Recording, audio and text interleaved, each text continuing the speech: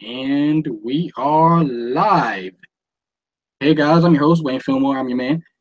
And today we are going to be talking about a very important topic that you've probably seen going around on Facebook and anywhere on social media. Are GMOs safe? Is it okay for you to go to the store and eat a genetically modified organism? Because as you know, GMOs have chemicals in them. And as you know, chemicals are bad, organic stuff is good, as the rumor has it. So I have a panel of people who I will be discussing this with. I have Christian Man and I have Thaddeus. So So what's going say on? hello to the world, you guys. Hey. I think Christian Man is snacking on some GMOs right now, and that's why he doesn't say anything. Oh, all right. GMOs are affecting his brain. Can he even think No, I'm GMOs not. are causing GMOs are causing people to get cancer, and don't forget, guys, they're putting chemicals in the water that are turning the frogs gay. So now? Terrible. I'm becoming gay. I'm becoming gay, guys. it's in the water. So I think you guys Well, know my view on GMOs and etc. But the people watching don't. So I think that GMOs are completely safe. If there are any risk involved in eating genetically modified organisms, there isn't any evidence that supports that claim. Now, that doesn't mean that there aren't any risk involved. It just means that we haven't detected any as of yet. We could in the future. From now, of course, science is always open to that. But from the scientific data, genetically modified organisms are fine. And also, with that being said, vaccines are fine too, guys. So go get vaccinated. Oh no. That's another topic for another. Don't even go there. But if you guys don't know, as a matter of fact, let me get a more colloquial term for GMO instead of. But while I'm doing that, I should have put that up from the get go. But while I am doing that, GMOs. Who wants to go first? Because I said, Thaddeus, what's your views on GMOs? My views on GMOs is that well, since you put me on the spot, that they're not fully bad, but they're not fully good either. My views are that you know, well, technically GMOs understand that the practicality of them. We have GMOs like shoot. Like we've been doing the whole genetically modified organism thing for a long time. Like corn is a genetically modified fruit. There is no such thing as natural corn. It doesn't look the same as our corn that we have today. So I understand that we do genetically modified things all the time, and that most genetically modified like methods or whatever, at least the ones, some of them, I don't think are bad. But there's other ones that it might be using like chemicals and things that could mess around with your body. When they put hormones and that in meat and all that, I don't like. I don't really support the whole putting who knows what inside somebody's food. I think that could be kind of harmful.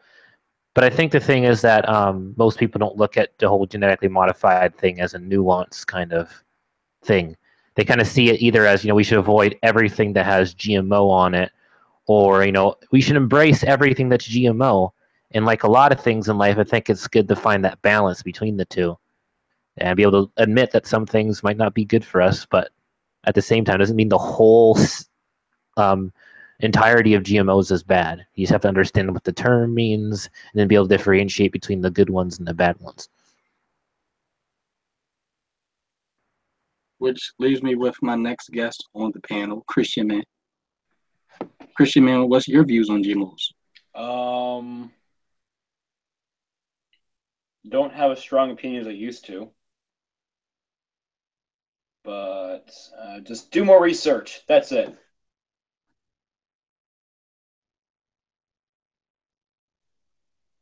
Like that's legitimate. It just we should probably just do more testing. That's my opinion. Well, I asked some people who are in the audience if they wanted to join. So if they do, I will give them a link in their messages. Um, But with that being said, I don't see a problem with GMOs. For number one, humans have been mixing and breeding different crops and plants for hundreds, maybe even thousands of years. I mean, we artificially select genes in animals. I mean, how do you think we got dogs? So I don't really think it's a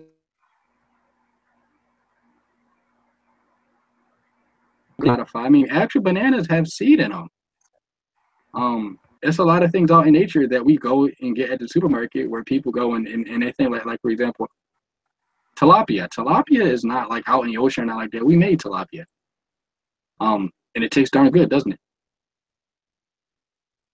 I don't see a problem with genetically modified organisms at all. I think the problem is people aren't educated on these things, and so what begins to happen is the public has an unhealthy fear towards things they don't understand. And just like vaccination, they'll say, oh, you know, vaccination is bad because it gives people autism, which we know isn't true. People will say GMOs are bad because they make people sick. I was talking to a guy the other day, and he said GMOs give people cancer. And then I had corrected him, and I basically, you know, told him, no, that's not the case. Anybody can get cancer from any. I mean, you can have one of the best diets in the world, and you can still get cancer. You know why? Because it's random. It's a completely random thing. Check the outside chat.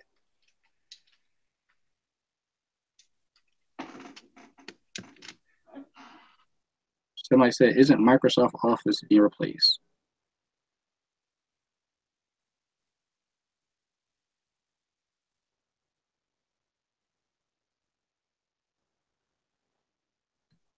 Oh, you guys hear me? Yeah. Yeah, my computer is doing that thing that Windows computers do. It wants to shut down and blah, blah, blah. I'm not having all that. But as far as like GMOs goes and et cetera, there are some benefits for having genetically modified organisms. Number one, you talk about climate change. You know, like in the next, I'll say like next 10 years, it's predicted that of course ocean levels are going to rise, and certain places won't be habitable by humans, right? And with that being the case, if humans won't be able to live there in certain geographical locations, you know what else that means? That means we won't be able to plant in certain places in the world because they'll be flooded.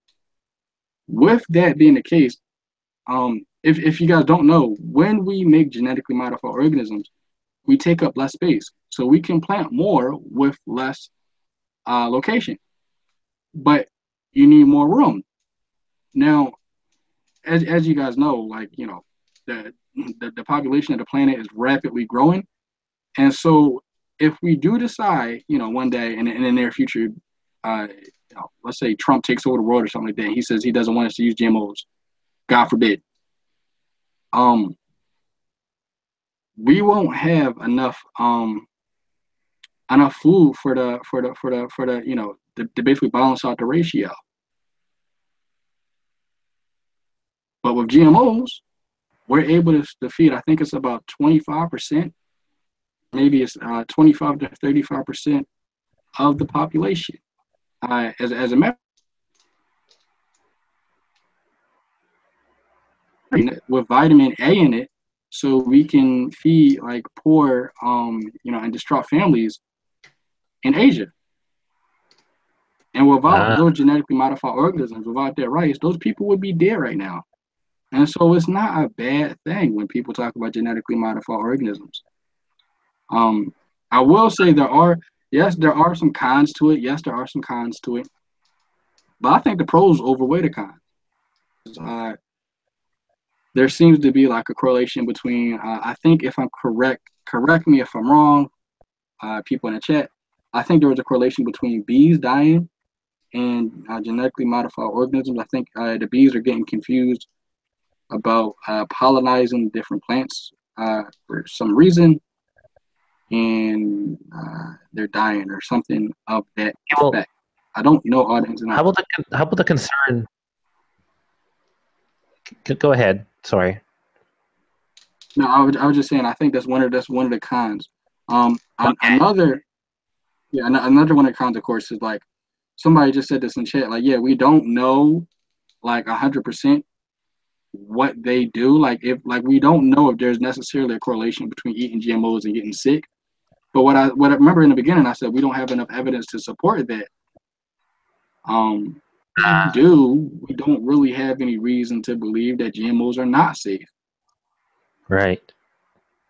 See, well, the thing is, like, here's this. Somebody, because remember, how about what I mentioned with you off air? How about what I mentioned with you off air about the whole thing about the whole no more need for pesticides because there's certain fruits in that are resistant to insects because of a certain chemical in them. Could that chemical not be harmful to us? Mm-hmm. It could be, but until we get evidence to support it, we don't have any reason to necessarily believe it. But isn't the evidence kind of already there with the fact that insects want to avoid it? Maybe we should too. Yeah, but if we don't see any correlation between the two, like we don't see any effect from that cause, so obviously the cause must be from somewhere else and not the GMOs. I think people are blaming the GMOs because you hear buzzwords like chemicals and genetically modified and made in a lab, and then people are like, oh my gosh, like my food was made by a doctor, like oh my goodness. And honestly, like I said, people have been genetically modifying or artificially selecting certain genes for thousands of years. It's not necessarily anything new, but you hear those buzzwords. Wait, that? But as I said before, there's two different types of genetically modifying. But as I said before, there's like two different types of genetically modifying. In a way, they're kind of like one and the same. Both artificially selecting. Not really, because one's using a chemical or whatnot. Not really, because I think the ones that people should be concerned about maybe are the ones where they're using these chemicals and harmful, who knows what they can do. And the other one's more of an artificial evolution selection. Oh, even there's some cons along with eating organic food because we have this rate of organic foods with pesticides. So I mean, like it's like darn if you do, darn if you don't. Because you go, let's let it go all organic one day, right? Problems is you wouldn't be able to feed population like we have today. I mean, how many people live on a planet around like what? 13 billion people, maybe more. I could be completely wrong in it, but it's a couple of billion people who live on the planet. People wouldn't be, able to survive if it wasn't for these genetically modified organisms. Yeah, and I'm not contesting that. I don't think it's smart to kind of perpetuate the whole thing that GMOs, all different types of them, are harmless. Because I don't think that's the case. I think certain types might be harmless. Just because something has a chemical in it doesn't mean it's bad. But how many times do we read like the back of wrappers of like like chips and even things that aren't like junk food and that, and we see all these different artificial chemicals and stuff in it. It's like, well, that stuff can't be good for us, can it? Like half these different chemicals that we can't even pronounce, we don't know what they are. You have to like look it up on the internet to even know what some of the stuff even is. Well, it will boil down to just people doing their research and us just being patient enough to let the scientists do what they do, and tell the public about their findings. But like I said, they haven't found anything. What's the saying? William Lane Craig says. He said the absence of evidence is not evidence of absence or something like that, right? And so that same thing it can necessarily apply to GMO. So you could be right, but what I'm saying is we just don't have any reason to believe it as of now. And if something comes up, you know what? I don't think the GMO thing is a good idea. But I think the benefits definitely do outweigh the cons. So are you saying like the artificial flavors and stuff like that actually aren't a bad thing then? No, I don't think so. No. I think the problem coloring, is maltodextrin, all these different things that you find in food and that are just added to the thing that they don't like. To a normal everyday person like me, like doesn't feel like they should be there, especially if you're trying to eat healthy. Like red dye. Well, this is a little, well, that's into another subtopic, but um,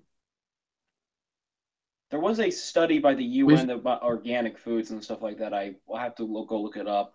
I'll share it with you guys. no, I don't think those artificial sweeteners and stuff like that. I don't think those are potentially harmful to us. You definitely can eat them. These things go through the FDA administration, and they had to pass certain regulations and go through testing and stuff like that. And then they get to that's how science is done, right? Through peer review and politicians and these other corporations for policy and blah blah blah. Right. But See, I'm not disagreeing with you there. no, but what like my point is think is the quantity at which people are consuming these products. So I don't think the products themselves are potentially harmful. But one argument I hear from people a lot is, oh my gosh, poor people today are so fat. And they're like, it's the food. The food is making us fat. No, I don't think the food is doing anything. I think it's the fact that because these artificial sweeteners and these genetically modified foods are cheap, because they're See, cheaper, they're easier to afford. right. See, and that's the thing, though. The cheaper foods are the ones that usually has all of this extra crap in it that doesn't need to be in there. So therefore, it's like the poor people feel like they're kind of stuck buying the crappy food in order to save money. But you were just saying before how all these extra chemicals and that in there don't actually cause any problems. So therefore, it shouldn't really matter what they buy. They should be able to buy like the bottom of the barrel type food and be fine. But obviously, the different chemicals and that are added in there. I think doesn't take a really smart person to know that there's a difference between food that doesn't have all this stuff in it and food that does, because you can see it within how that happens on the person's body. If you eat nothing but like what like artificial like noodles and stuff like that, it's going to show compared to actually cooking your own home meals and all that kind of thing. And some of these like pre-packaged stuff has all this extra garbage in it. I'm sorry, but I know people Well, in my life that they end up buying the cheap food and it affects them. Hey Wayne, you don't mind Wayne, you don't mind if you send me an email private and a private message together, right? Because I just want to email you the study. yeah, sure. It was Yeah, done by the yeah. UN, and it was about how actually you can actually effectively. If I'm correct about this, and I could be wrong about this, but if my memory serves me right, the study has actually talked about how organic farming could actually be used in a more industrial manner in a way, or actually you can increase organic farming basically about the study from what I can remember. There was a memo from Yeah, the UN. yeah. Send it to me and I'll look at it. I might have to look at it on my phone though because my computer's really slow. Okay. But that is to respond to the point you made. So I'm not saying that your point isn't a valid point, but I do think that people can't completely blame genetically modified organisms for their bad choices, and No, unfortunately, right. I do think personal responsibility does kick in. I do think that not everybody can understand that not everybody in a poor situation has the exact same financial income and options. But for some people, if they cut back on other things, they might be able to spend more on better food. I'm not saying that. There is a point where personal responsibility kicks in. Lifestyle choices, all those different things, they all add up. I'm not going to deny that for a minute. However, there is such a thing to be said, though, about if you can only afford this kind of food or whatnot, and that's all you're eating, then it's like you're kind of trapped in like the cycle of being like unhealthy. I don't think that's the case at all because I mean, so we do have genetically modified fruits and vegetables and stuff like that. And what you do see people, and I know firsthand, I live in an urban neighborhood, and I see what people buy.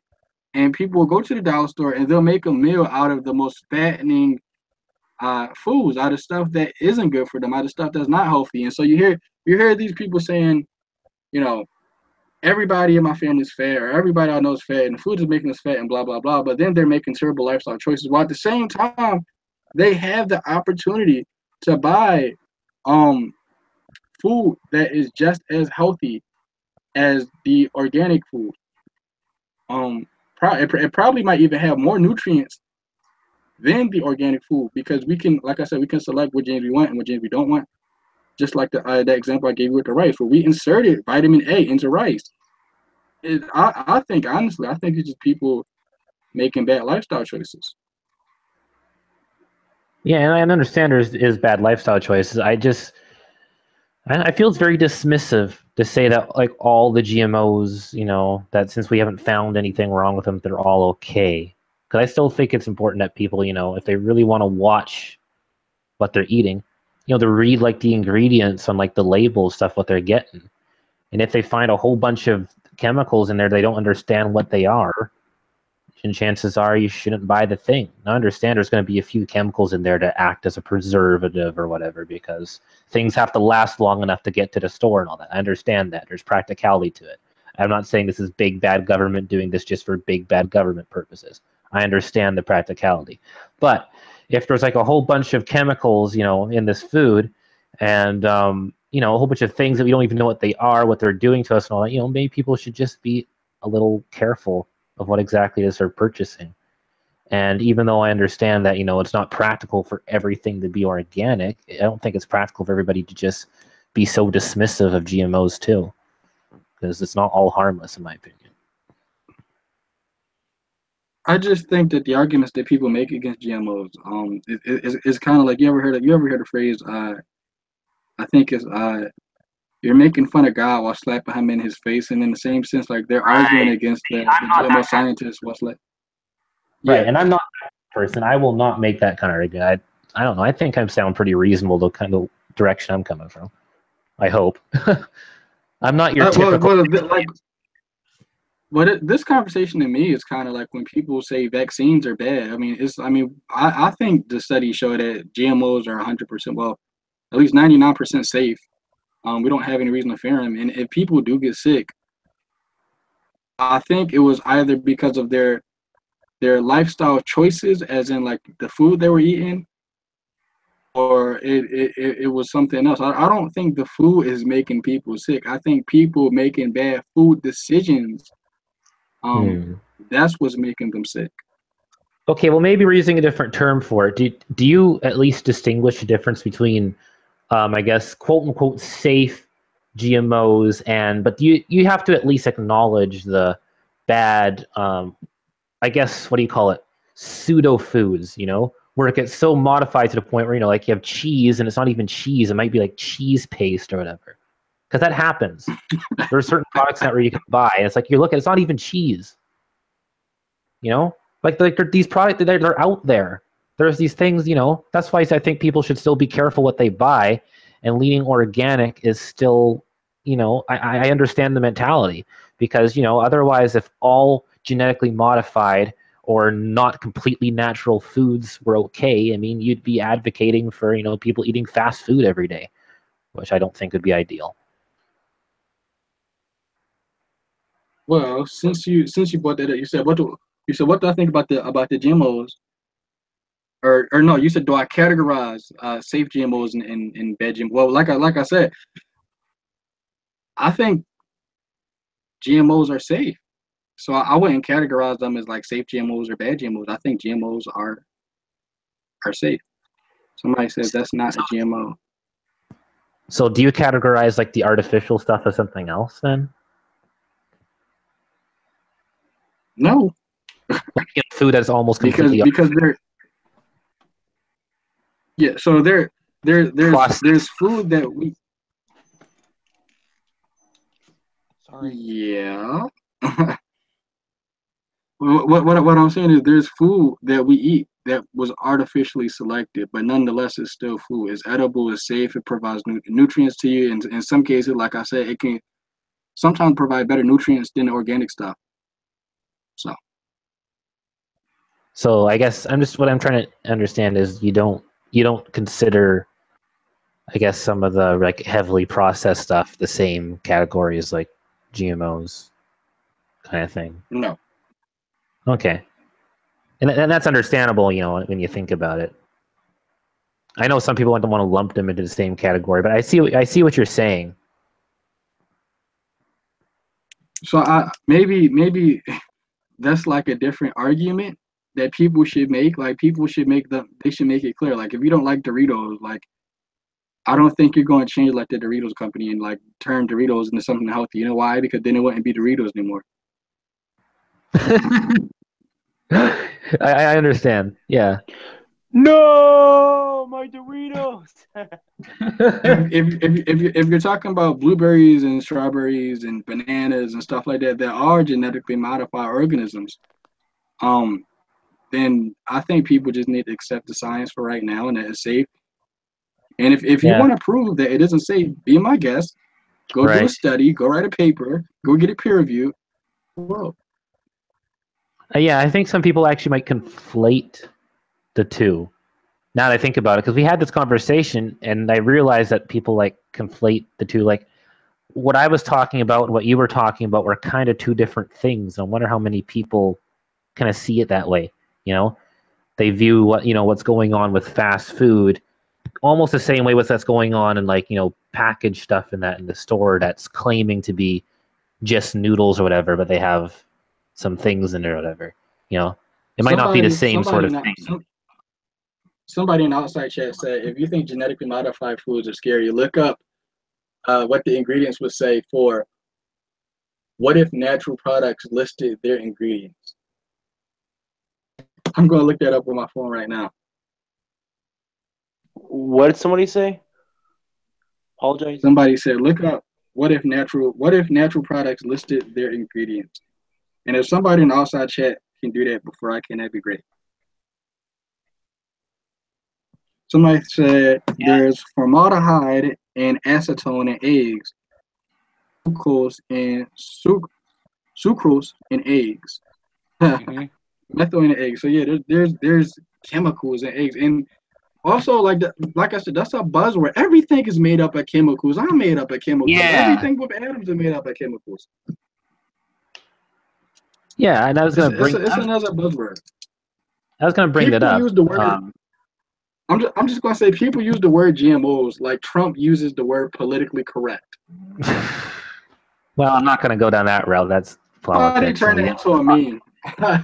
Somebody turn it into a meme because it's so true.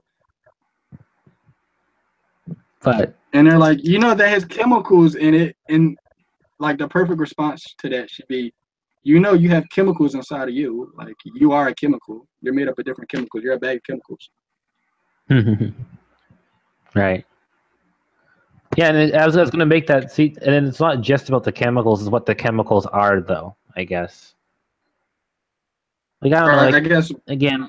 But I guess your argument is what the chemicals do. But like I said, there isn't any evidence to show they do anything bad. We know because we tested them on Mickey Mouse. We tested these on mice. And they can eat the food and metabolize the food and all that stuff the same way we have any effects from it, and we don't have any bad effects from it.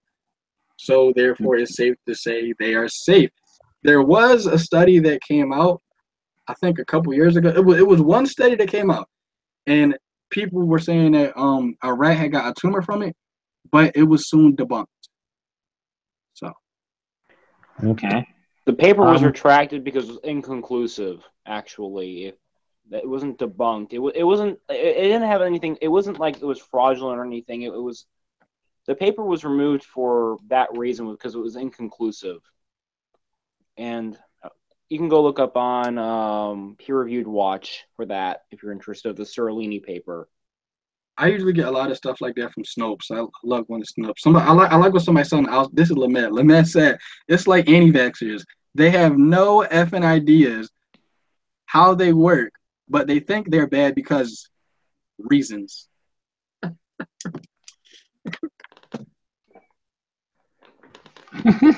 Well, we're not. Again, that's going down a different rabbit hole.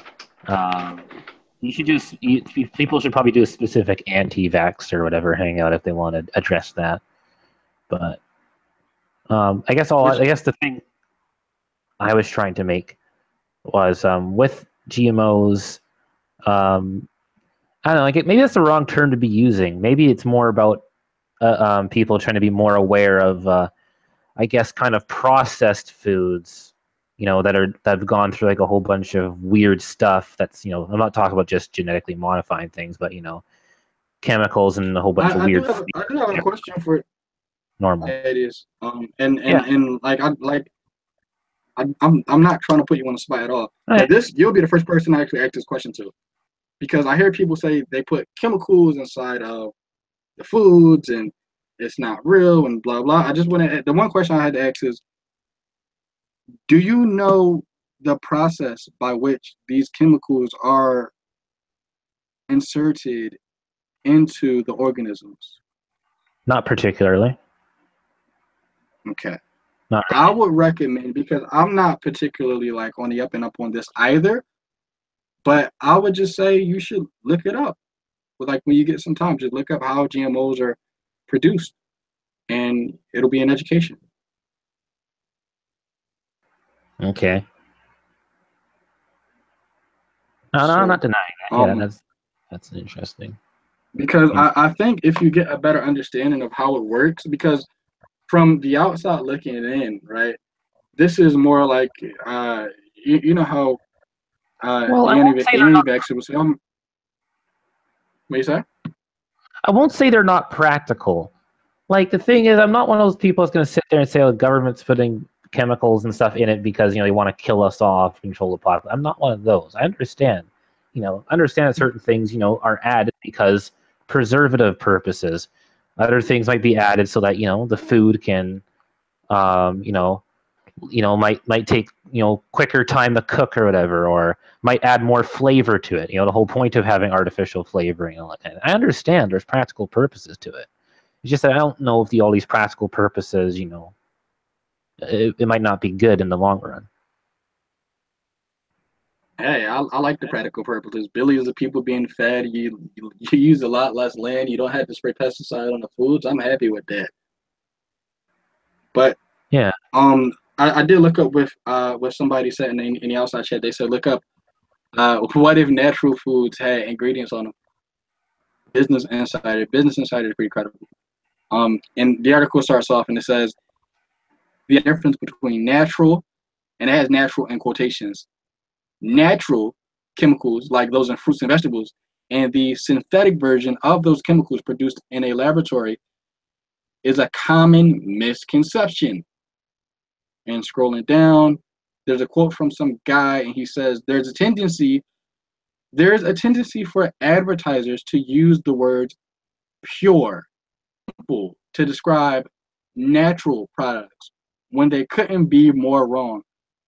And this guy is a chemistry teacher. He says, I want to erode the fear that many people have of quote unquote chemicals and demonstrate that nature evolves compounds, mechanisms, and structures far more complicated and unpredictable than anything we could ever produce in the lab. You can see two more all natural posters below, blah, blah, blah. Oh, and I'm going to show you guys a picture of this. As a matter of fact, let me pull up my computer. It'll take a minute. But it's a picture of blueberries, and it says all natural blueberries. And then it has the ingredients. And the ingredients I'm looking at as long as the ingredients for blueberries that were genetically modified. Aqua, sugars, fructose, fibrous amino acids, glutamic acid, aspartic acid, leucine, proline, isoleucine, serine, threonine, and a lot of stuff I cannot pronounce. That is all natural. Ingredients of an all-natural egg, and it goes on and on and on. So Well, there's Well, here's chemicals in all natural stuff too. okay. Well, here's the thing. Like I know I know there's like synthetic versions, of like natural things. Like, yeah, I understand, you're trying to replicate nature and all this kind of thing, but I feel like sometimes some of these artificial things, like maybe they might be doing a little too much, right? Like, for instance, if you have some sort of artificial sugar or whatnot, right? Sugar is Hmm. something I understand you need. I'm not going to say that all sugar is bad for you. You need sugar, that's part of energy. But I think we kind of know what happens when your body has too much sugar. Mm-hmm. Instead, it gets stored as fat or starts to cause other problems. Maybe having some sort of weird sort of synthetic sugar or whatnot might not be such a bad. It might not be such a good thing because basically you're overloading your body with how much sugar it should normally intake because the actual chemical whatever is being used might be doing a lot more than what the natural one would do. Because there's like sugar, and then scientists might come up with some sort of weird sort of super sugar, and that might not be such the best route to take. Well, an example about sugars and stuff like that. There was a study on rats, and as far as I know, this could be false. I could be right or wrong on this. So correct me if I'm wrong. There was a study on rats, and I think this came from a university, a very prestigious American university, that studied on rats on high fructose corn syrup. It showed that that rats there was more health problems for obesity with high fructose corn syrup than regular sugar. There was more right. And that was something I was actually going to bring up. The whole, are you really trying to say that even stuff like high fructose corn syrup is not good for you? I mean, is good for you, or MSG? No, I don't think that's not his argue. I don't think Wayne would ever argue for that, though. Well, here's the thing, though. That's what he's going down that route because this is all chemical stuff being added to food. This is what I've been talking about before. This is why you're not supposed to eat Chinese food as much because a lot of Chinese food. My argument is everything is a chemical, but as far as how like you could say processed a chemical is, that's like a whole nother argument. First, like if you're sitting there eating like for example today, I had potato chips that were supposed to taste like crab legs or something like that. And so of course, like I wouldn't say like keep on eating those potato chips so you can maintain a healthy diet. But what I would say is like if you want to eat like GMO apples and raspberries and blueberries, they would probably have the same effect or better effects ones because like I said, we can make apples and blueberries and stuff like that with certain genes in them, so they can be more nutritious than the actual organic foods that we don't eat now. But this is what I'm trying to think. I think you might be actually on the same page with me. So I think both you and I would agree that stuff like monosodium glutamate and aspartame and maltodextrin would not be good for you to eat like all the time, right? Because that's what I'm trying to say. Right. Yeah. Like this is the kind of stuff that you find in a lot of these processed kind of foods and the cheapy kind of things that you get. Yeah, but like I'm not telling people to like sit down all day and eat like Doritos. No, but what I am saying is like if you want to go to the store, like if you want to go to like these parts, we got ShopRite and like Save a Lot and Fresh Grocer. If you want to go there and buy the GMO foods there, I don't see a problem with that at all. Okay, so you don't see a difference between like maybe a more cheapy kind of like I guess brand name kind of like for instance mac and cheese versus something that claims to be more organic or more natural. No. Interesting. Okay, because I would argue a little bit differently, but because I think that is where you'd find some of the more I guess kind of touchy kind of chemicals that I've named before. Stuff like that, compared to just them inserting an artificial version of something that already exists in the wild. Because a lot of these things are more than just an artificial version of something that already exists in the wild. Well, like I said before, like it's those buzzwords. Like the same way Trump was saying politically correct. That's people are using the word genetically modified organisms. And so whenever people hear those words, they there's a picture that happens in their mind, in their brain, and they're like picturing the scientists doing something with the food. And a lot of this comes have a distrust in science today. So a lot of people don't trust the scientific community. A lot of people don't trust the data, and they think they have some type of secret knowledge that surpasses the experts. Okay. But I mean, so what do you say about all the, the sites and that do say to avoid these kind of chemicals and all that are not super anti-GMO? They're just saying, be careful because you don't want to eat things that have this in it and that and all that. Like, are you just gonna Say that discredit one more all? time. Or are you just gonna discredit all of Say the that one more people time. is my mic not working or something? You were going in and out for me. Oh, okay. Well, basically, I was just saying, well, how about the websites and that that basically warn you about things like, like you can search it up right now or whatever, just like what the effects of things like MSG and that actually do to your body. So I got like 1,000 things going on. I'm sorry. yeah, it's out there. No, I'm saying I couldn't hear you because I got all this stuff going on in the background. Okay, so basically, it's saying, well, how about websites and that you can do your own research now on where they do actually list the effects of stuff like MSG and aspartame. I guess you don't necessarily agree with that, right? I'm sorry, dude. You're breaking you're breaking. The Christian man, is he breaking up for you?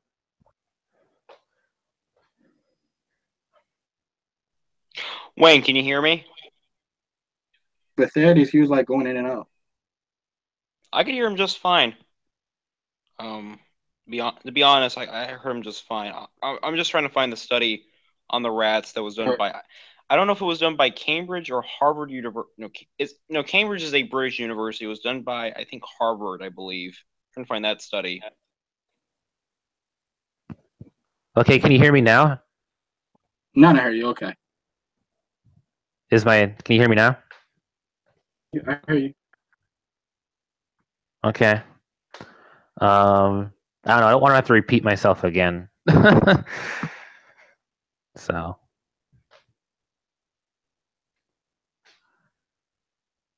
So is there any way we can come to an accord?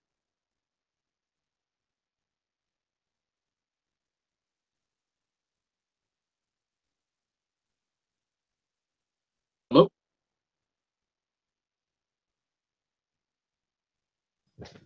Can you say that again? I think you're cutting out for me. I said, is there any way we can come to an accord? I don't know. I like again. I kind of agree with you. There's just a certain extent that I don't.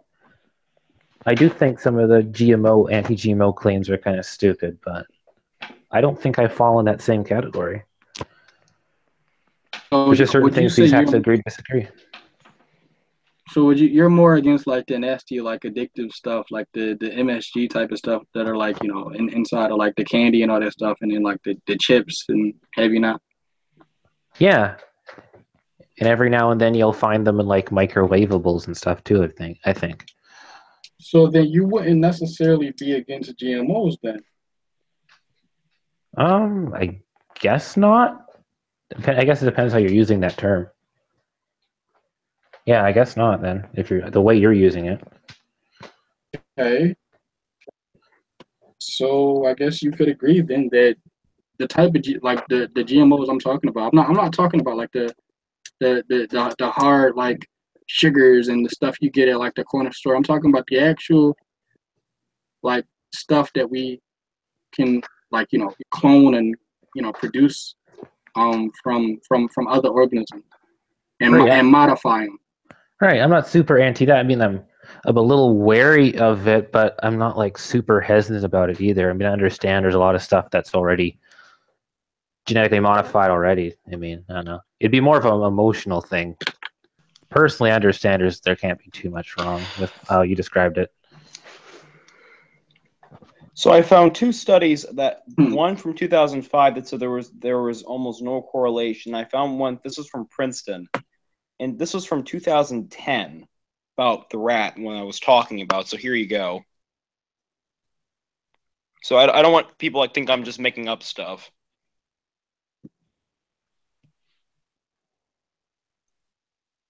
Somebody said they have a question for us. They said if meat was growing in a lab, would you eat it? Absolutely, absolutely, with a No. smile on my face. No, not really. Really? No. Well, here's the other thing we didn't bring up. I already don't feel comfortable knowing that down there in America, you guys put a whole bunch of like hormones and stuff in your meat. So, I mean, here in Canada, it's a little different, but I mean, shoot. And then they said, yeah, they said if not, why? And so you said in America they put hormones and stuff when they meet. I mean, you don't really know what's inside of the meat you're eating either. I mean, you didn't like, you. All I'm saying is, all natural isn't necessarily all natural when it says that on the package. Like you just saw with the blueberries and the raspberries and everything. Right. I understand that. Well, I understood that for a while. That's the funny thing when people say, "Oh, they're going organic," whatever. It's like it's not that much different, depending on what the thing is. But with the hormones and everything I did, like I said, um, I still don't think there are any studies to show that like they've ever harmed anybody. So I wouldn't be reluctant to not eat it. You wouldn't be. Somebody, I wouldn't. I So you're wouldn't be. saying, I wouldn't. Yeah, okay, but I wouldn't. this is different from genetically modified stuff, though. I think that's on a different level. That's like knowing where this isn't growing something necessarily. It's just knowing where your meat comes from and that, right? That's not quite the same as trying to. I guess. I mean, for me, honestly, the only difference between that meat and the meat, outside in like a farm, or whatever, it grew.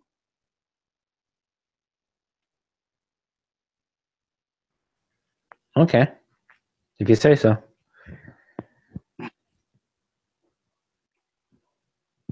Because I guess people just get because like I don't know, like maybe you feel differently, but the whole thought of eating something that has like meat in it, has like steroids in it, it's just not. Yeah, but it's like those are.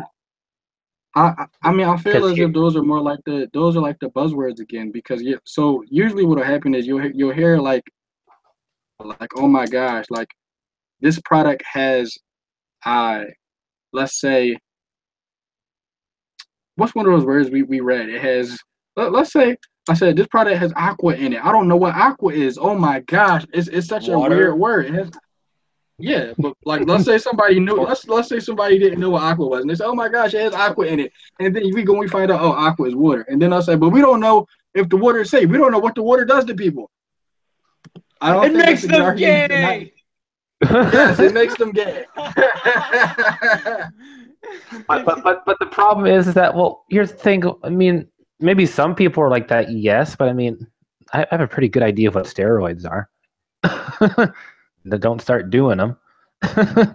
So I mean, like if do I really want to intake something like that? I mean, it's one thing for me to say about something I don't know. Sure, certain chemicals I don't know what they are, or what they do, or anything.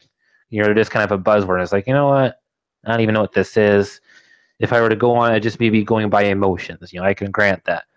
But something like a steroid, I'm pretty sure I know what that is. The whole rumors that bodybuilders and that take them and stuff, and then they really mess with their bodies. Like do I really want that within my own system? They're the same steroids. I'll say this though, man, science is strange. It's getting stranger every day.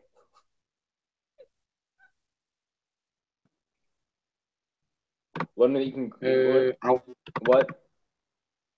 No, I was saying I want to post the link on the outside chat, but can this hangout be can this be you know the word? Yeah, it can be sniped. Like, yeah. Yeah. So okay. Don't do that. Don't do it. If people want a link, ask them to like private message you, and then you can send that. That would be best. Like maybe tell them to private message like you at Wayne, or whatever you're gonna go by. Because the thing is, if they try to private message you via the Great Debate Community channel, there is no external chat for that. So that won't work.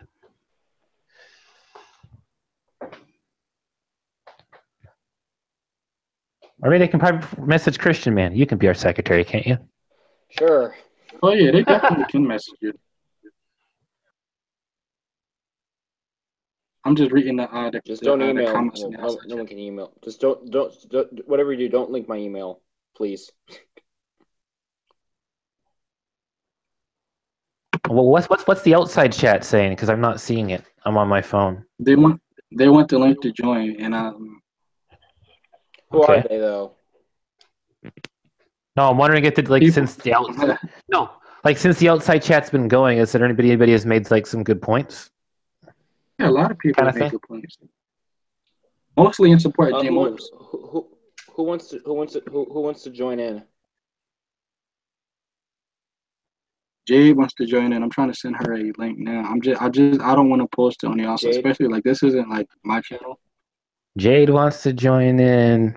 G-Man wants to. I'm kidding. Jade West? Is it Jade West? Yeah, Yeah. but she yeah. Tell her I added her in. Had a what? I added her in. Oh, okay. There you go. Yeah. Okay. Well, then she should be in the call now, and then things would be all good and correct all the pseudo stuff going on if it really is pseudo stuff. Somebody must have tar and feather all three of us with GMO checked feathers. What? What did he say? What? Somebody wants to tar and feather us with GMO feathers. Genetically modified. No, I mean, I'll It's a probably joke. start eating them. Genetically modified feathers. Well, it depends. I mean, shoot, if they can make them taste like crab legs, then GMOs. I don't know. Well, if they can make them taste like chicken, that's more my thing.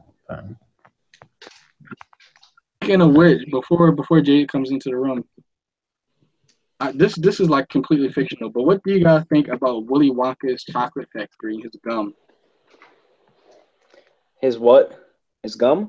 Remember, he had this gum that could taste like breakfast, lunch, and dinner all in one. But had the horrible effect of making someone fat. It wasn't done production yet. That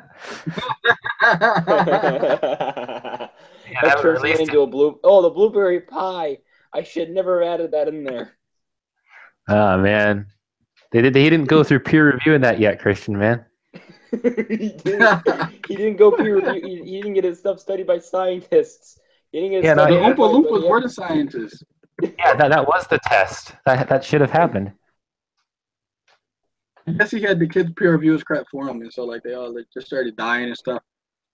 He couldn't afford to like submit a research paper. Willy Wonka was on food stamps. Well, I mean, shoot. I mean, if you're running something that big, it kind of makes sense. So, yeah, I mean, I think the whole thing was like, I think the Willy Wonka chocolate factory thing was a pyramid scheme, but okay. Yeah. I'm sure it was. I'm not sure it was FDA approved. All the No. Oh, hey, Jade. Scott, I'm trying to find you on Hangouts, and you're not coming up. Okay. Please, Hey, Jade. stop confusing GMOs, genetically modified organisms, with food additives. It's coming off like you're mixing these things together. They're completely different. Not only that, a lot of food additives, as Wayne was mentioning, are simply natural substances that are added to foods for various reasons, like ascorbic acid. That's added to a lot of foods. The reason it's added to a lot of foods is because it's vitamin C and it's good for you. We also add vitamin D, and I don't know the scientific name for that. Genetically modified organisms are something completely different from food additives, okay? And we've been genetically modifying organisms for probably hundreds of thousands of years, the old-fashioned way, by breeding. Okay. But even earlier times, we genetically modified organisms by using things like colchicine. Colchicine is a chemical that causes mutations. And I frankly mostly know about colchicine because back in the 70s, some people were using colchicine to make better marijuana plants. Because if you dip the plant in colchicine, instead of getting one leaf, you'd get a whole bunch of leaves, which made for a much fuller plant and lots more marijuana. Cool. So then we've been genetically modifying organisms forever. Huh? Nothing. I said then I can grow an extra pair of arms if I dip my body in there. Well, no. It has to be at a growing end, and I think it only works for plants. Oh no, actually, it may. I think they have done some experiments with it with animals, but I don't know. But you have to have like a growing tip, which why it works for plants. You dip in the growing tip. Okay. So food additives completely different from GMOs. The concern, well, a large part of the concern is people don't understand what GMOs are. Yeah, I was just about to say that. I was just about to say, so now that you've actually clarified it, do you think that, since someone like me was kind of confusing the terms, even though, to be fair, I was trying to ask Wayne what he meant by GMOs, but since someone like me could be confused like that, do you think maybe the people that are arguing, against GMOs, they might be doing some of the same things? They look at what are additives. Right. As well, I think same category GMOs. I think some of the concern, I can kind of see where they're coming from. Yeah, but yeah. I think some. I was just gonna say I think some people being intentionally deceptive and they are deceiving people for profit. I have a friend, and the reason why I started this up is I have a friend who called me 2 days ago, and he saw a documentary. It's called "What the Health," and he said, "Yeah, the people in this documentary are proving that all of this has to do with the cancer industry, and people are eating meats and sugars and fats, and the health industry knows, and everything is evil." And I do research behind the movie, and guess what? Every quote unquote doctor in the movie was a vegan. Of course. So I think, yeah, of course. I think a lot of this is just people being deceptive on purpose. Yeah, and Nim, by the way, pointed out that radiation was also used to modify plants. And we've done some really interesting stuff. You should look into orchid culture, where they actually reproduce and alter orchids by taking what's the word I'm thinking of? Oh darn it! Somebody out there will probably remember it more. But it's tissue, orchids from tissue samples, which is really interesting. So we've been genetically modifying foods in lots of different ways for a long time. I think the concern with people today is where we're interfering with the genome of the plant. Directly interfering. We've been interfering with the genome, again, for a long time. But where you have people going in and altering genes. This business of altering genes or inserting genes scares people because they don't understand what's going on. Let me sort of give you an example. A couple decades ago, I think, with a organism. I think it's a variation of a bacteria. I may be wrong. Anyway, it was an organism that gobbled up oil. And the idea was to use it to eat up oil slicks in the ocean. And it caused a huge furor because people thought, well, what if it gets loose? What if it starts eating up oil everywhere? What if it, gets loose? Well, the scientists were trying to point out that it was modified in such a way that when the oil was gone, it would die. The fears were just really outrageous. It's like you're going to put whatever it is on an oil slick, right? And it's going to eat up the oil slick, and then it has no more food, so it dies. Suddenly, magically, fly into your home and eat everything that's petroleum products. And this is what people didn't understand. Yeah. And so today, I think this is the fear for what's really happening. I think is like all right, like modifying corn so it's resistant to certain insects. Either you can borrow, for example, a gene from some other organism, and you can insert it into corn. Gene exudes something that makes the corn it smell bad to insects, for example. I don't know if it's, I know that they're working on corn in this way. I don't know what the effects are, so I just made that part up, okay? I just made up the smell part, okay? But let's just go with that for an example. Insects. But it has no effect on us whatsoever. We can't even tell it's there. And it has absolutely no chemical effect on our bodies or anything like that. It may even be one of those kinds of, the gene may even be the kind of thing that only operates while the plant's alive. So once the corn is cut and it's being processed, the chemical disappears. The gene can no longer make the chemical if it doesn't have any, constant input from the plant. So there's just a lot of fear from people that somehow these genes are going to get loose and they're going to cause trouble. And certainly, we need to be careful when we're inserting genes from someplace else. I can understand someone saying, well, if you take an insect gene and you insert it into corn, well, probably nothing, because it's an insect gene.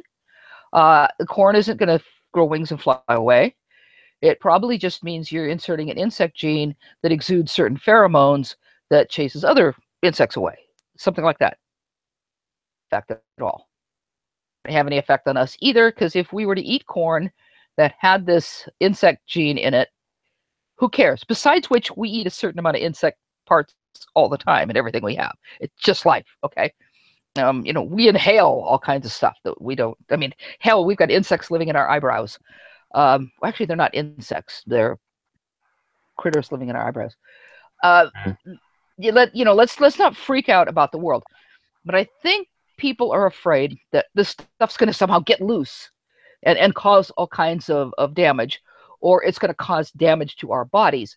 And this is a real lack of understanding of how these things work, how our bodies work, what sorts of genes they're working on. Scientists aren't stupid.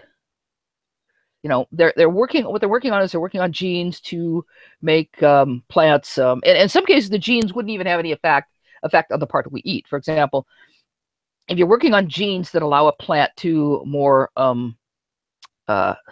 get more nutrients out of the soil, which makes a healthier plant, right? Or you're using genes to make the plant roots resistant to fungus. That's not going to have anything to do with the fruits or vegetables or grains, right? It's in the roots to make the plant more resistant to fungus, because there are lots of root funguses and things like that. I'm a gardener, so I have a limited understanding of these things. And there are insects that attack fruits and things like that. Wouldn't it be terrific if you could put a gene in plants that cause snails and slugs to go, awful, and then they go away? I would love that myself, because snails and slugs and gophers are the bane of my existence. So sure, I would love to, you put some genes in the plants and the snails and slugs come by and they just turn away because, it's yucky. But that would have nothing to do with the tomatoes that my plants produced, for example, or the peppers or whatever.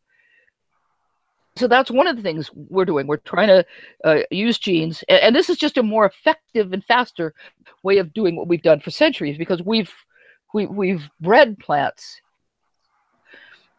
Again, several decades ago, the Israelis, because soil there, and saline salt, for those of you who, they actually crossbred some tomatoes with a wild version, a relative of the tomato. It's like a more primitive form of the tomato, and they created a tomato in soils that were more salty than normal. How cool is that? So that meant that there's a whole bunch of land that they can now use for for propagation. But that's the old-fashioned way of doing it, right? You just breed and breed and breed until you get the thing you want. The new-fashioned way of doing it would be to say, okay, let's look for, there are lots of plants that grow in saline soils, okay? Let's take a look at these plants and see if we can't find some genes that we could insert into these tomato plants or whatever that will allow them to grow on saline or other salt-ridden soils, because there's other salts, besides what we think of as table salt. And we're going to insert that gene into this plant, and we're going to see if it works. And again, it would have no effect Excuse me, but Wayne's Stuart wanted you to give a link. Like hang out. Stuart Scott. Yeah. But yeah, I'm kind of almost done with my little rant here. So that gene would have no effect on, say, the tomatoes or the apples or whatever. And this is actually very important because we here in the United States and other places in the world made a big, huge mistake in over-irrigating a lot of our land. And what we ended up doing by over-irrigating is we ended up bringing a whole bunch of salts into the soil. And there are places, I've seen pictures, in my mind is some former farmland in Colorado that is just literally crusted with salts. And again, I'm not just talking table salt. There are calcium salts, magnesium salts, things like that. Magnesium salts, I think, was the biggest problem there. So we've lost soil because we over-irrigated, because we didn't really understand what was going on. So what if we could find a gene that, because there are plants that just grow on anything. It's amazing the soils that plants grow on. Here in California, we have, oh crap, mine just went. Well, we have limestone soils, and then we have serpentine soils. Neither of these soils are really conducive to growing stuff, and yet our soils are, these are like in the mountains stuff, are covered with plants. Some serpentine soils have a whole lot of arsenic in it, and yet they're covered with plants. South of me in San Luis Obispo County, where they actually have a sign up in this one area telling people not to go four-wheel driving because of the arsenic in the soil. But so one of the things we could do is we could create plants that we wouldn't want to like probably eat, grow plants in arsenic soils for production, not necessarily because the arsenic would go into the tomatoes or apples or whatever, but because we wouldn't want to work on those soils. On the other hand, what if we could grow plants, and this is something else they've been working on, but again, using the old-fashioned methods. What if we could grow plants on these soils, right? Like an arsenic soil or a salt-ridden soil. We grow these plants, and what they do is they actually uptake the salts. And then we can harvest the plants, eat them. These are just plants and because they've taken all the crud out of the soil, we can now plant in the soil. That's something that has been worked on for a long time because we keep trying to improve the soils that we've fucked up. The reason to use GMOs, and the last reason to use GMOs is, as Wayne has mentioned, to simply improve the nutrition. We have worked very, very hard over decades and decades to improve rice. Is such a staple for much of the world, including really heavily populations of the world. Mm-hmm. Rice. And so if we can improve the nutrition of the things that people eat, that's better for everybody. That's what GMOs are really used for. But I do understand why people are a little afraid when someone says, well, we're going to take these genes from a bacteria and we're going to put them in our food. We're going to take these genes from these insects. We're going to put them in our food. Or we're going to take these genes from something in our food. And again, people don't understand because I think a lot of us eat tomatoes or tomato sauce, right? And love tomatoes. I love tomatoes. As a matter of fact, I'm going to have some in just a minute. Yet tomatoes are closely related to the deadly nightshade, which is a poisonous plant. Berries. So just because you're going to say take something from something that's not poisonous doesn't mean that you're going to make your food poisonous. And if you've ever seen deadly nightshade grow, it keeps popping up in my yard all over the place. It annoys the hell out of me. That the leaves look a lot like a tomato plant, and they have these little black berries on them, but they're structured. If you ever cut them open, they're structured just like a little tomato. My little thingy there. Well, I think I confused it with GMOs with additives in the first place. Yeah, so. Yeah. Thaddeus, hold on. We got two new people in the Great Debate community. So one is my friend Caesar. I actually invited him. I know Caesar from college. We go to college together. Cool. He can unmute or not. But I invited him over here because I said we're talking about GMOs and wanted to get his view and everything on this. And then his name is Wayne too. So Wayne, if you're there, you can say hi. I think Caesar's there, but he can't unmute right now. His phone might be lagging. Yo, I didn't know how to mute myself. What's up, Dwayne? What's up? So talking about GMOs and stuff like that. I think I told you. You said, "What do you think about GMOs?" And I had said they're safe, and that was all I said. Oh, I didn't even see the message. I didn't even see that. So But yeah, what? okay, Yeah. so you think that GMOs are safe? I mean, that's not really Yep. my strong field of study. I just wanted to hear some outside opinions, you know. You always have Cool. great debate, raise interesting points, and I just wanted to hear what you guys had to say, you know. That's what's That's up. all. Right. And Wayne, if you are there, you can unmute. And because I'm actually doing this hangout because Wayne, you made me. If you're even still there, Wayne made me think about all of this because Wayne called me a couple days ago and he was telling me about like this movie or something he saw, and I said I don't know. I'll check it out. And What movie? What the health? Documentary. What the health? It's like it's a documentary. Okay. Yeah, I just heard about it. I didn't get a chance to watch it yet. It's a documentary called "What the Health" documentary. Mm-hmm. Yeah. Yeah, I heard about it. I didn't get the chance to yet. And he feels it exposes the truth. Exactly. Of what's really going on. That's what I was explaining to Wayne. That it basically is telling the real truth about behind these cancer businesses. Right. So you do believe that that the cancer, like the pharmaceutical industry, is hiding the cure for cancer and causing cancer deliberately? Because I believe that. Yep. Yeah, I most certainly believe that. We see evidence of that every day, all around us. Wait, but I don't think that has anything to do with GMOs. Even if that were true, I don't think that has anything to do with GMOs. So I don't think there's a correlation between the two at all. Well, okay. I mean, and you can argue that that's not, but there's other factors. Can we get some of these factors then, so we can examine them? I mean, other than the food. I mean, just look at society. Well, really, yeah, like, I agree with that, but we're talking specifically about GMOs causing this. right. And I don't know. I don't really have a strong input on GMOs. I just got invited to the conversation and said, "Fuck it, I'll join." You know. So I'm more so listening to you guys. I don't really like. I'm up for debate. I'm still up for debate. I haven't done enough research to give you guys a definite answer. If we were talking about a different topic, you know. Unless you guys want to segue onto something else, because we were talking about this for a while. But I just wanted to at least start something off that was one like educational for people, because I noticed like this is something people talk about a lot, and nobody who talks on the subject really has an in-depth knowledge on how these things work. And so, like I said, people use these buzzwords like there's chemicals in the food. They're putting chemicals inside the food, and oh my gosh.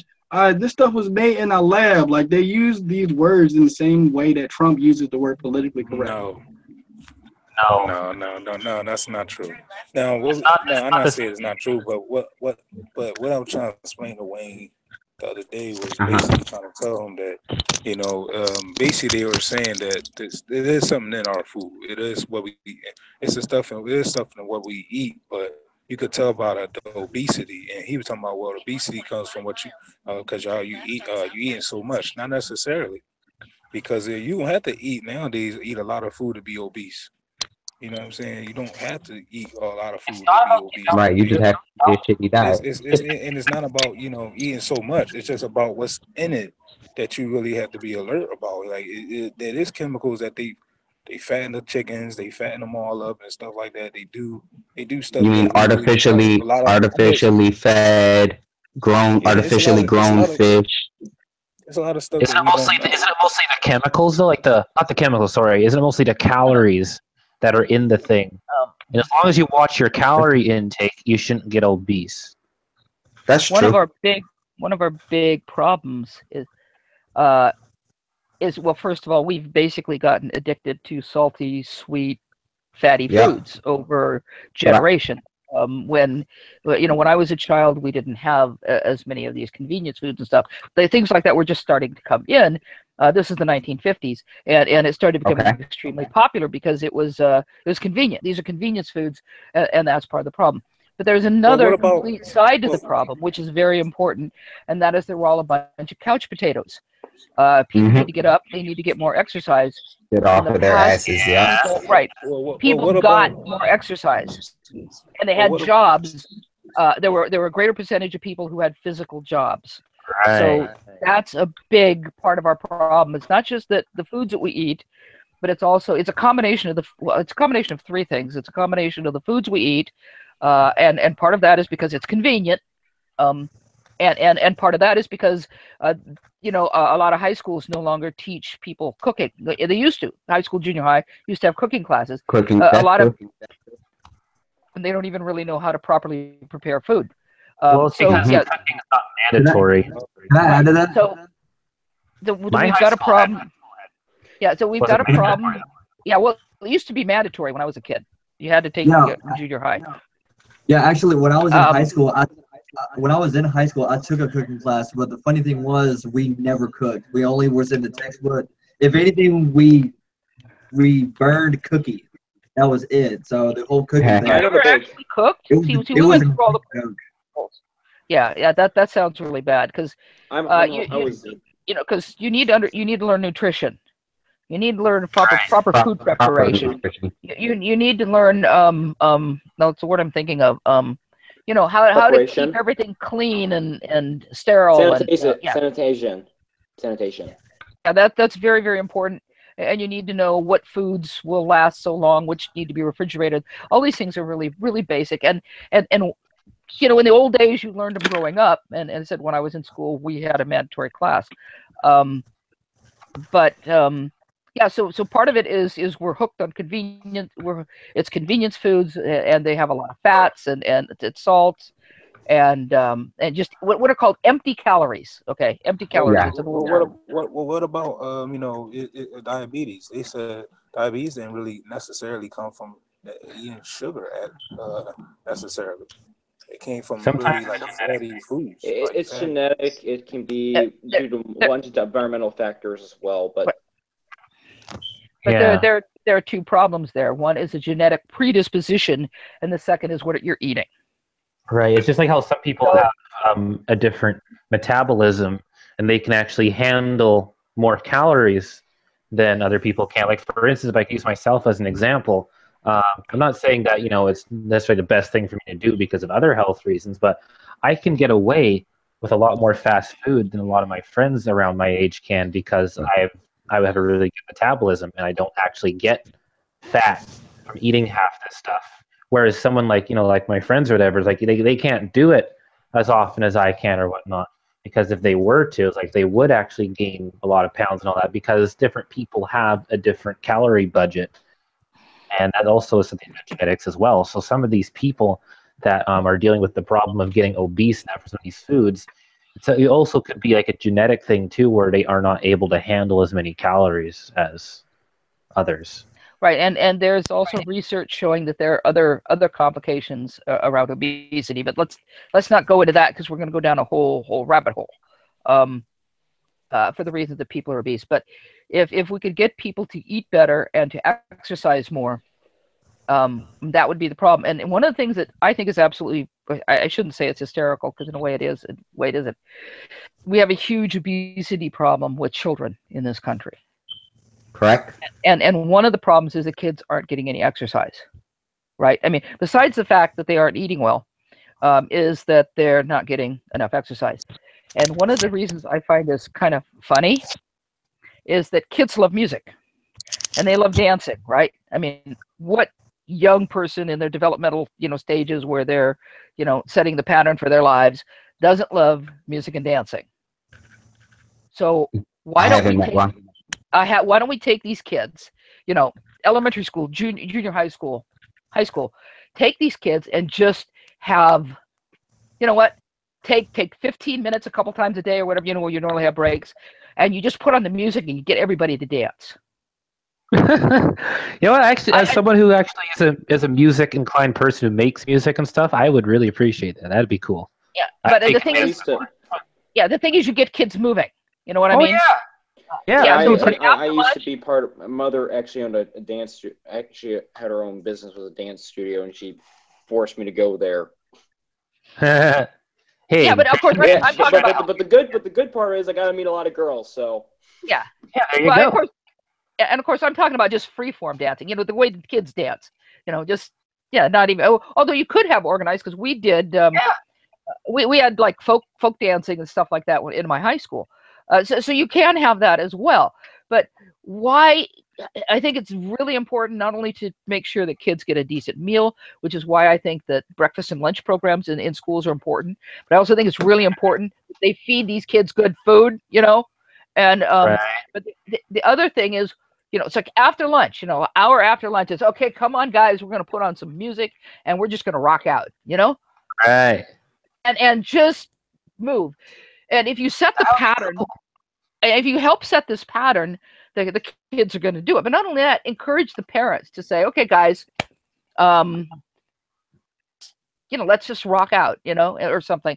Just put on the music, you know, or like put on Dance Revolution, or you remember those old dancing machines that, you know, at the arcades? Yeah. I mean, what if you took a school and you put a bunch of those machines in like the cafeteria or something? You'd have kids dancing their asses off. This is such a, to me, I mean, it's not the total solution, but it's a partial solution, because if you can get people moving, that's it. Right. Excuse me. Can I make a point? Can I go quickly first, because mine was pretty short? Oh yeah, no, that's fine. Go ahead. My bad. I didn't mean to interrupt. Okay, I was just going to say that, you know, as someone who is a hip-hop artist themselves and actually has taken hip-hop dance before I decided to do music, like that's actually a really cool idea that Jay came up with. I wish it would actually be implemented. That'd be kind of cool. Right, but again, because my point is that anything to me that would get kids moving is a good idea. True. And what's the simplest thing in the world? Something that kids love, and it's dance. So you know, it's just a suggestion. You know, clearly, I have no idea how effective it would be. It would have to be tried. It would have to be studied. But it seems to me that, you know, and if you have kids in your life and you're worried about them getting obese, you know, talk to them about what kind of music they like, and you know. Yeah. See, I feel like it'd be less effective towards people that are maybe shy or insecure, or those type that don't really like to move around, because now we have people, generations, whatnot. Like, I'm not going to say this too derogatory, because you know what, like a few years ago, and even to an extent, I still feel the effects of being this kind of person, but you get into certain habits and interests where they're not so active and they actually don't like to do things like dance or go out and walk. You have all these, you know, quote unquote nerd types where you just like to sit and play games and all that. So I don't think it'll work for everybody.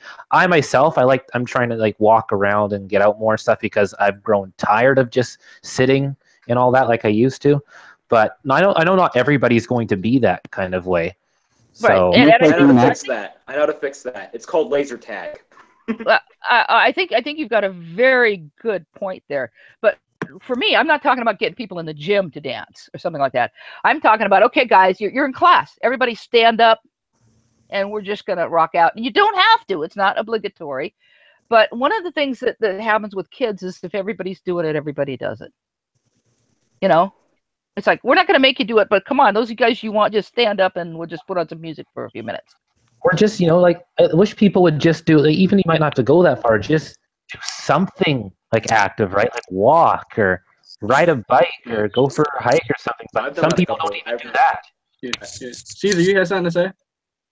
Oh, what I was going to say is that 2 points is, first of all, you were absolutely correct about getting the kids moving. And I honestly don't think the dance sounds like a great idea. But I even remember, like, when I was a little kid, I'm only 21. When I was 5, 6, 7, 8, 9, 10, 11, 12, I'm only 21 we were running around playing football in the street, playing manhunt, playing tag. You know, we were active. The kids now, and they don't have that. you know what's interesting about that? Okay, because I'm much older than all of you, right? I grew up in the 1950s. Right. Okay. My generation was like the first TV generation. Mm-hmm. Okay. So, because that's when like TVs really came out and started to spread. Right. I actually vaguely remember when we did not have a TV. Mm-hmm. But so what would happen is like I'd come home from school and there are all these programs on. So I'd sit and watch TV, right? Because that's what kids do. And Right. my mom would come in and she'd throw me outside. Right.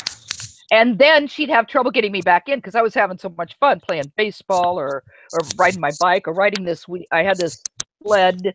It was like I grew up in Long Beach, so there's no snow.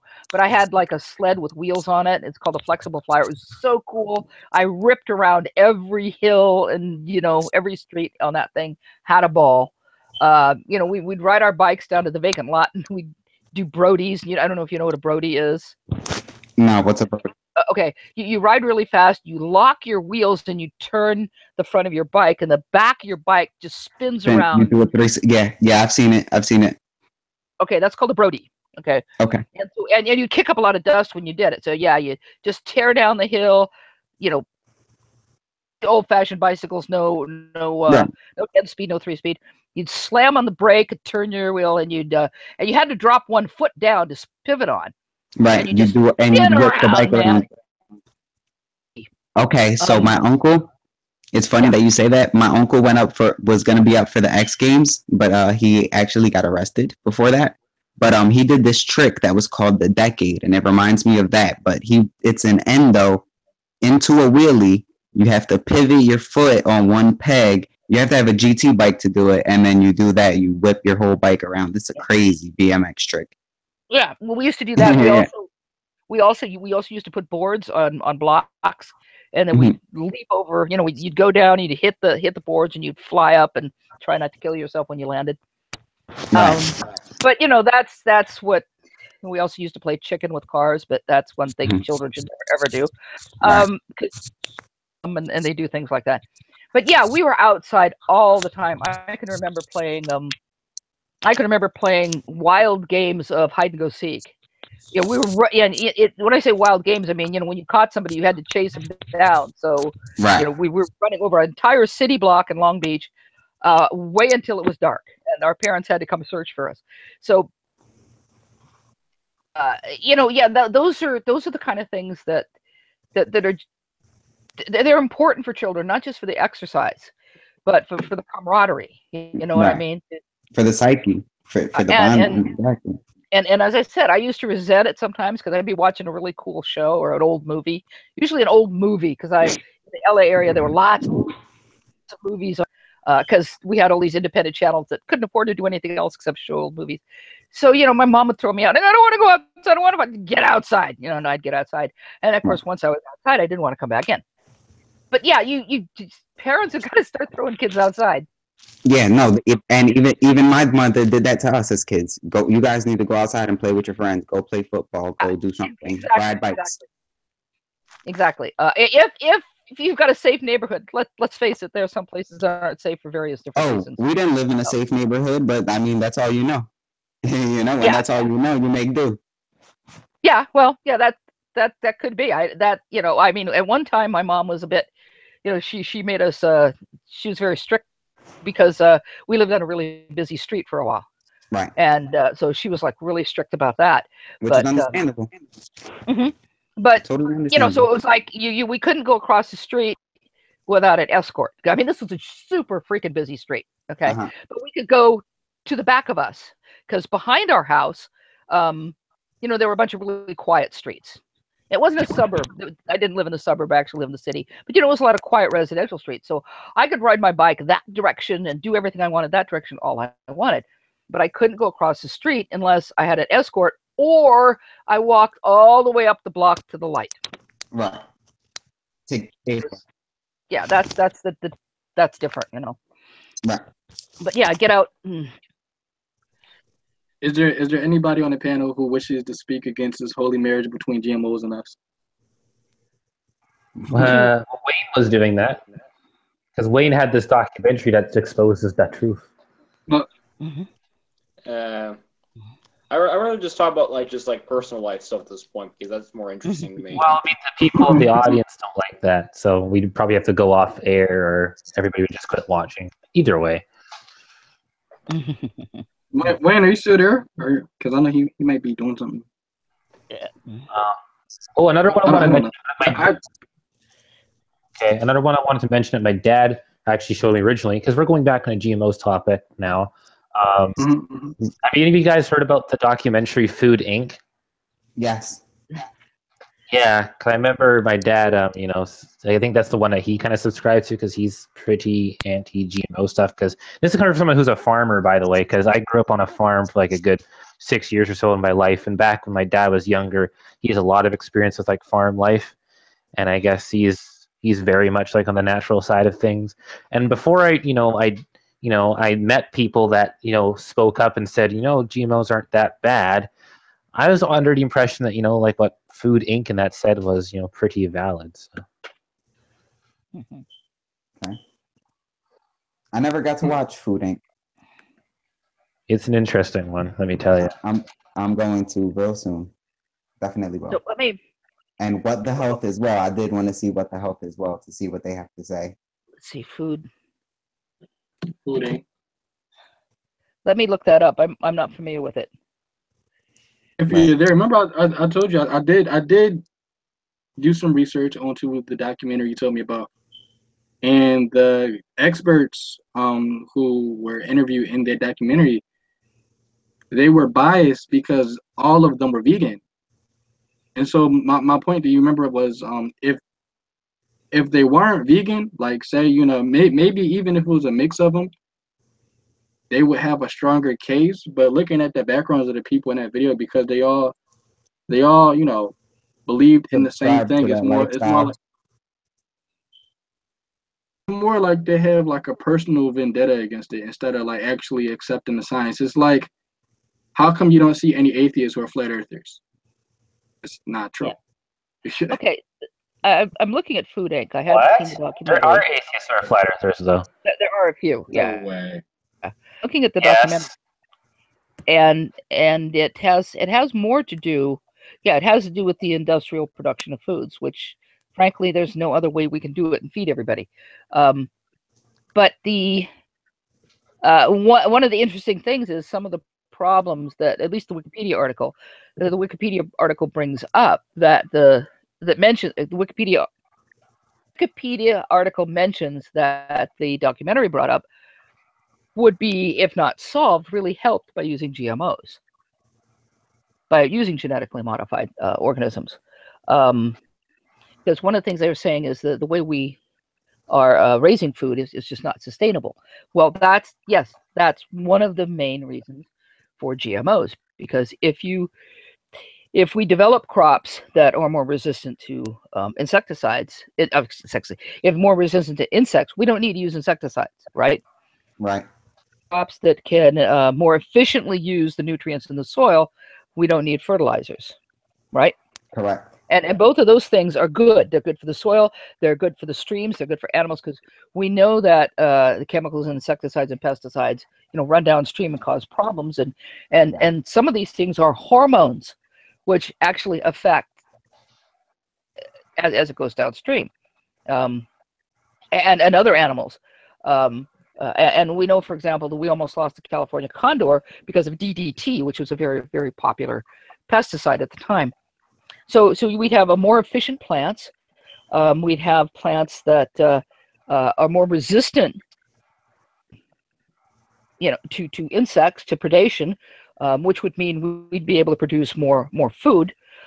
We also use GMOs to get our plants to produce like more ears of corn per stalk and things like that. So we'd get an increased amount of food there. The idea is to get the biggest bang for your buck. For example, I live in apple country. When I first moved here, excuse me. Where is apple country? Oh, well, there's lots of different apple countries. I live on the central coast of California, Santa Cruz County. Have you ever heard of Martinelli's apple juice? Yes, I actually have seen it. The apples around here. Martinelli's is right here. in Watsonville Okay. near me. Gotcha. I'm actually in the country, but that's Martinelli's is here, and the apples around here go to Martinelli's. So when I first moved here, they had the great big huge apple trees, right? And the workers had to climb up these big tall ladders to prune or to collect apples. Well, over a period of time, they started to plant these new apple trees that were essentially genetically modified, but the old-fashioned way, by breeding. Have much smaller trees. They're actually about half the size of the height of the bigger trees. It's safer for the workers. It makes it quicker to harvest. It also makes it easier to control insects and things like that because you eyes on the top of the tree. With the smaller trees you do, and we can grow them closer together. So we now have trees that are much smaller, that are grown closer together, and we're getting a better yield. So this is because of a genetically modified tree. But again, this is the old-fashioned way, by breeding. You know, this is an example of how a geneticism gives us a better yield. We're getting better apples. It's safer for the workers, and so on and so forth. And we don't need to use, because we can keep a better eye on the trees themselves and on the fruit. We can jump in there earlier if there's any kind of infestation. That we really used, California is very dedicated to what's called IPM, Integrated Pest Management. And what that generally means is we try to use as few pesticides as possible. So what's mostly used in the orchards here is sulfur. That's just it, sulfur. Mm-hmm. And they spray the trees at a certain point when they're in bloom, and it keeps away certain, I don't even remember what, certain insects can't damage the growing, the bud or the whatever, the flower bud, I think it is. I'd have to look it up, I forgot. Oh, it's so funny. But so that's all we're using. That's it. So if you're going to get some Martinelli's, it's pretty organically grown. So there is something to be said about the whole hormones, though, right? Because you said that affects on fish and all that. Well, that hormones, some of the pesticides have hormones in it. To give you an idea, let me go back in history quite a long ways. Back to, I think, the 1970s or 80s, I forget. This is sort of a funny thing. So there's a thing called a boll weevil. Those of you who don't know about it, it's a terrible, terrifying thing in the South. There was a time when the boll weevil was like the most hated thing in the world. A boll weevil, the larva of the boll weevil is an insect. The larva of the boll weevil, cotton. It destroys the cotton boll. That's why it's called a boll weevil, B-O-L-L, because the part of the cotton that produces the cotton is a cotton boll. Okay. So the boll weevil just destroyed cotton all over the South. And cotton was a huge crop. And this is literally causing people to starve because they weren't growing cotton and they couldn't. One of the things they did was they tried to use all these pesticides and things on the boll weevil. The problem with using pesticides is the first time you kill just about everything. Yeah, maybe you kill 99% or 90%. Well, the problem is that some are just going to survive just because they're happen to be in the right place to get away from it. But the next generation, some of them were surviving because they're more resistant. So generation after generation, you're killing fewer and fewer and fewer of the insects, whatever pesticide, whatever it is. So you get to a point where you're starting to dump heavy pesticides and you're still not killing all the blasted insects. And one of the things they noticed was the decline in lightning bugs. This is kind of an interesting thing. There used to be a senator called Senator Proxmire to give this award, and I can't remember what it was called exactly, to any scientific thing that he thought people were wasting money on. And one of the ones he brought up were 2 studies on lightning bugs, on the reproduction of one was on the reproduction of lightning bugs, and one was on the way lights. And he made a big deal about, oh, how silly is this? They're spending money on this. Well, he got his ass handed to him. Here's the thing.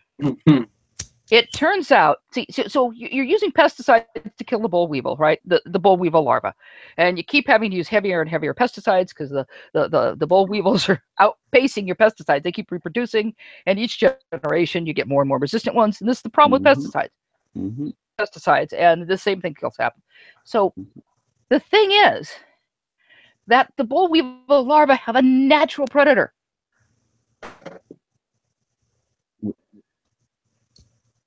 But lightning bugs, the population of lightning bugs is dropping. So, people think, well, we can't just keep dumping pesticides, right? It doesn't work. So let's use a natural predator. But the natural predator's population is dropping. Well, the end of the whole story is bug population was dropping is because they weren't breeding. They weren't breeding because they were confused. They were confused because the goddamn pesticides gave off chemicals that imitated the pheromones that lightning bugs needed to reproduce. Yes. Ended up dumping pheromones on the lightning bugs so they would reproduce. So that is a pretty interesting story. Yeah, it's true. But of course it's true. It is a true story. And by the way, the other one, just to let you know, the reason that Proxmar got his hat handed to him by the Air Force on the other one, because it turns out that somebody discovered that the frequency with which a lightning bug flashed its light, canes.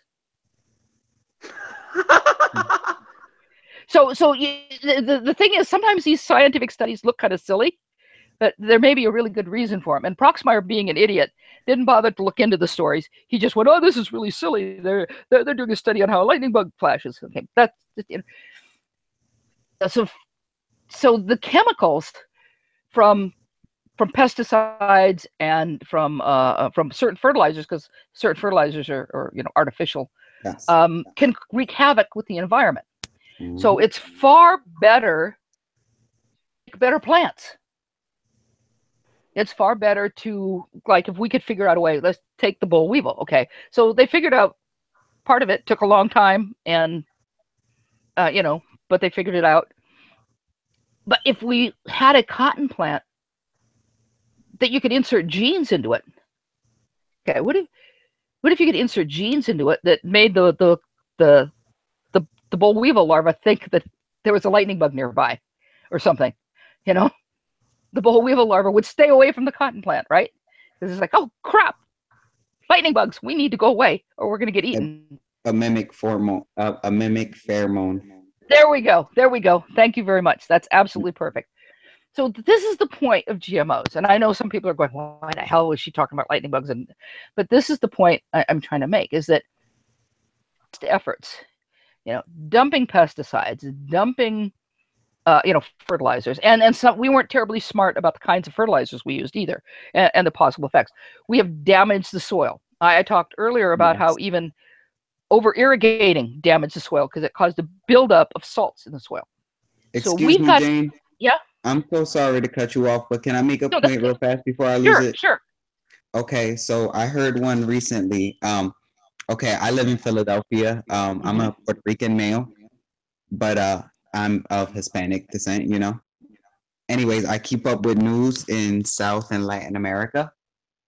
And I've recently heard, as of like 2014, 2015, and I think they just stopped it now, the Colombian government was spraying pesticides over the Andes Mountains in order to kill coca leaves so that cartel producers would no longer be able to, so that the manufacturers would no longer be able to grow their crops to support the makers, the processors who actually make it into cocaine, because that comes from leaves. But in the process of doing so, they sprayed people's homes. Yes. And there's mass sickness in the end now, and their soil is unsustainable for anything. And that's true. They did, because they were so concerned about killing the coca plants and the coca plantations that they just sprayed everything. Yeah. And so so I think you could kind of see why GMOs are so important. Because if we get better plants. It's basically the way of looking at it. And I'm just talking about plants. I'm not talking about animals right now. Don't know much about animals. I know more about plants. So if we get better plants, we get plants that are resistant to certain plants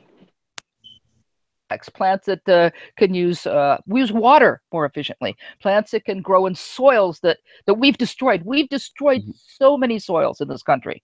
Yes, and, all over and the world. Yes, all over the world. And we can't just keep dumping fertilizer on it. And we can't just keep irrigating because that's damaging too. Mm-hmm. Better to grow plants. I'm going to segue about something in just a minute. That fit the environment. I'm sure you all know that the United States was once largely prairie, right? Yes. Okay. So one of the things we did was we dug up the prairie to grow crops. Now, how many people here know what a soddy is? Hey, I don't mean to interrupt you, but I want to ask Wayne something. Hey, Wayne, sure. You don't mind if I let General Han Solo in, do you?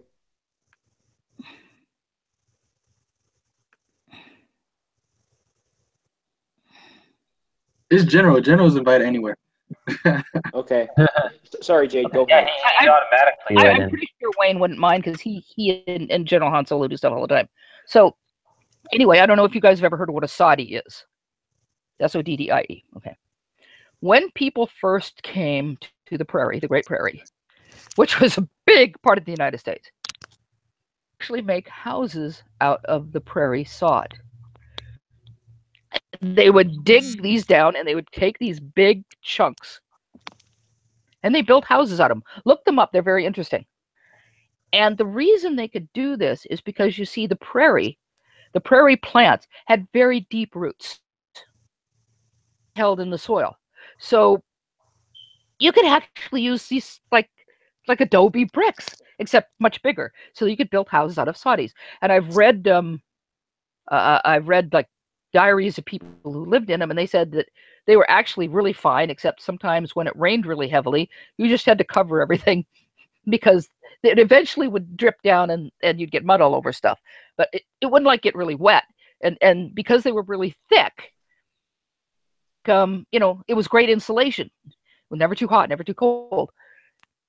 But so these roots dug way deep down. And so the prairie could withstand all the extremes of temperature that happened in the prairie lands in the Great Basin, because they could dig way down the water down there. And so we destroyed a lot of the prairie. There's actually a prairie project to try to recreate part of the prairie. And so we destroyed that. And one of the problems we're having is that there's this big aquifer under that part of the United States called the Ogallala Aquifer. And we've been pulling more water out of the aquifer than's been putting into it. Scary. And one of the problems is the prairie aquifer. But when we destroyed the prairie, whoops, we destroyed the purpose. But the point I'm trying to make is, okay, so we've got these prairie plants that have these really, really deep roots. So if we could find a way to put those kind of roots, find out what causes these plants to grow these really deep roots. If we could put these deep roots on other plants or encourage better root growth on other plants using the genes that the prairie plants use, and there's lots of different prairie plants. Yes. Because the plants themselves would be able to dig down into the water table. So this is, again, we could start to grow plants in places that are more arid. So we grow places that are more arid, places where we've ripped all the nutrients out of the soil, places where we've put way too many salts in the soil, and so on and so forth. These GMOs are actually very environmentally sound. They could help us restore the environment.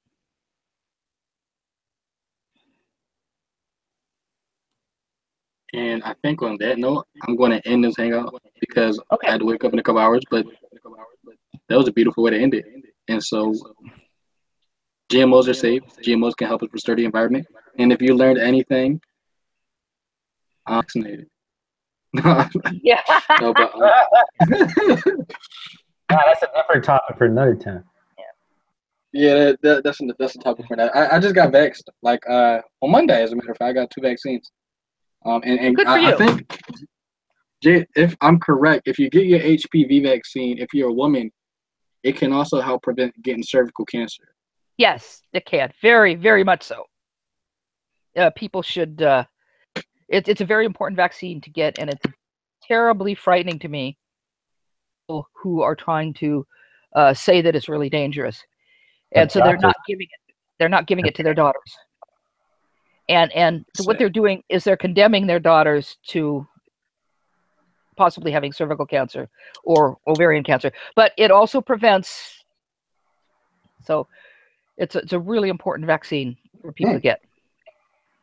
Yeah. Well, I got vaccinated, and I need to get a shirt that says, "I got vaccinated." Do you?